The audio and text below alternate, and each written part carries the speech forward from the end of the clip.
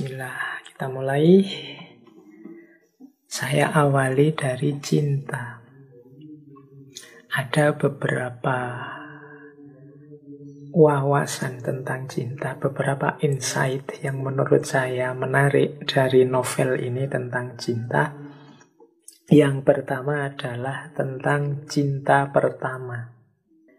Gibran dalam novel itu menjelaskan bahwa setiap orang muda pasti teringat cinta pertamanya dan mencoba menangkap kembali hari-hari yang asing itu, yang kenangannya mengubah perasaan di relung hatinya dan membuatnya begitu bahagia di balik segala kepahitan misterinya. Dalam hidup setiap orang muda pasti ada seorang Selma yang tiba-tiba muncul baginya di hari-hari musim semi kehidupannya dan mengubah kesendiriannya menjadi saat-saat bahagia serta memenuhi keheningan malam-malamnya dengan irama musik. Jadi ini Gibran mengasumsikan tidak ada orang yang tidak mengalami cinta pertama di masa mudanya. Nah, ini saya tidak perlu menjelaskan. Ayo teman-teman direnungi sendiri. Ayo perjalanan hidupnya selama ini.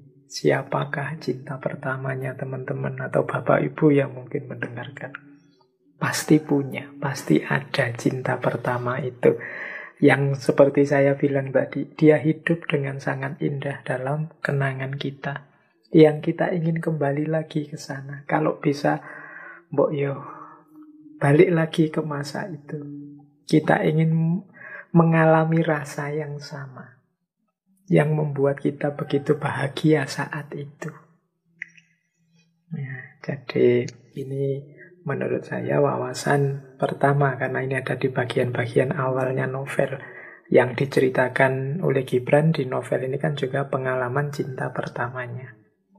Boleh kalau teman-teman tertarik, ayo tulislah pengalaman cinta pertamamu masing-masing.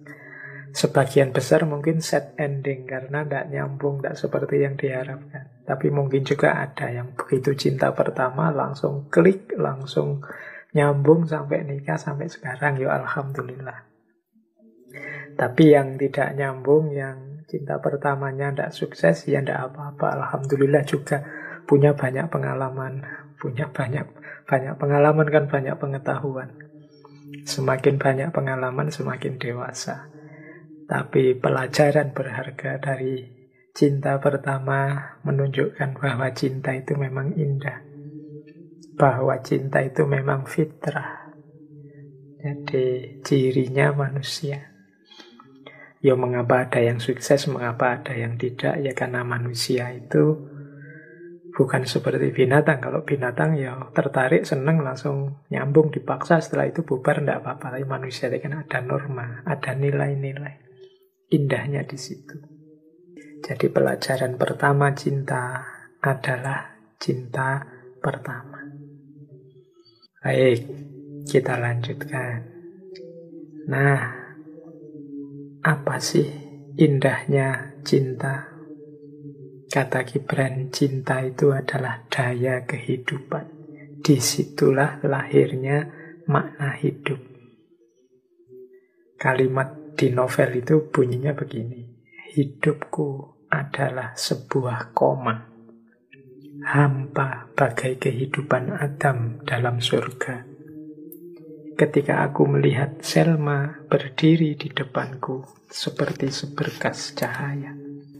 Dia adalah Hawa dari jantung hatiku yang memenuhinya dengan segala rahasia dan berbagai keajaiban, serta membuat aku memahami makna kehidupan. Jadi, kata Gibran, hidupku itu belum titik. Hidupku itu masih koma sebelum ketemu Selma. Sebagaimana Adam yang tidak lengkap hidupnya sebelum ketemu Hawa. Kehadiran Hawa lah yang menyalakan hidup Adam.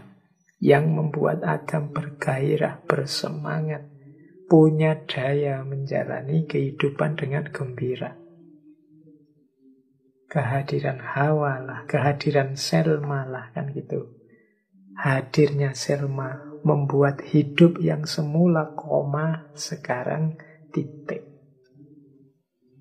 Sekarang ada maknanya, bukan hidup yang hampa, bukan hidup yang dijalani otomatis kayak robot, cuma makan tidur dan seterusnya. Tapi hadirnya orang yang dicintai membuat hidup kita punya makna. Nah, jadi teman-teman yang belum ketemu Selmanya, belum ketemu Hawanya, berarti hidup kalian masih koma. Belum titik. Hidup yang masih koma, ya kalau masih koma, masih perjalanannya masih panjang. Masih, jangan-jangan setelah koma terus masih koma lagi. Seolah-olah sudah titik, tapi ternyata enggak. Mungkin ya masih titik koma berarti. Pokoknya dia penuh setelah Selma hadir, setelah Hawa hadir. Berarti cinta adalah daya dalam kehidupan. Ini pelajaran yang kedua. Jadi pelajaran pertama adalah cinta pertama itu adalah keindahan hidup, kenangan yang tak terlupakan. Dan hadirnya cinta membuat hidup penuh makna, membuat hidup tidak hanya koma, tapi sudah titik. Itu pelajaran kedua. Makanya kalau ada orang bilang, alah cinta-cintaan terus, hidup ini yo yang penting punya uang, yang penting punya jabatan, yang penting status, yang penting macam-macam. Iya mungkin ya, tapi itu semua masih koma. Titiknya, titik itu berarti puasnya dahaga hati, bahagianya jiwa kita, itu kalau sudah bertemu dengan pasangannya. Yo, untuk kesempurnaan relasi dengan pasangan memang kadang butuh uang, kadang butuh status, kadang butuh jabatan, mungkin juga butuh pendidikan yang tinggi, gelar dan lain sebagainya. Tapi yang lain tadi sifatnya hanya koma-koma.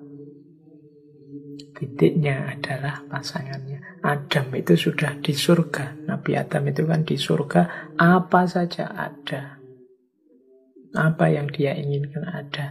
Tapi Nabi Adam masih meminta Hawa kepada Allah. Karena memang hadirnya Hawa memunculkan daya hidup. Hidup yang tidak sekedar rutinitas yang hampa. Hidup yang tidak koma, tapi hidup yang sudah titik. Jadi mari kita membuat hidup kita ini titik.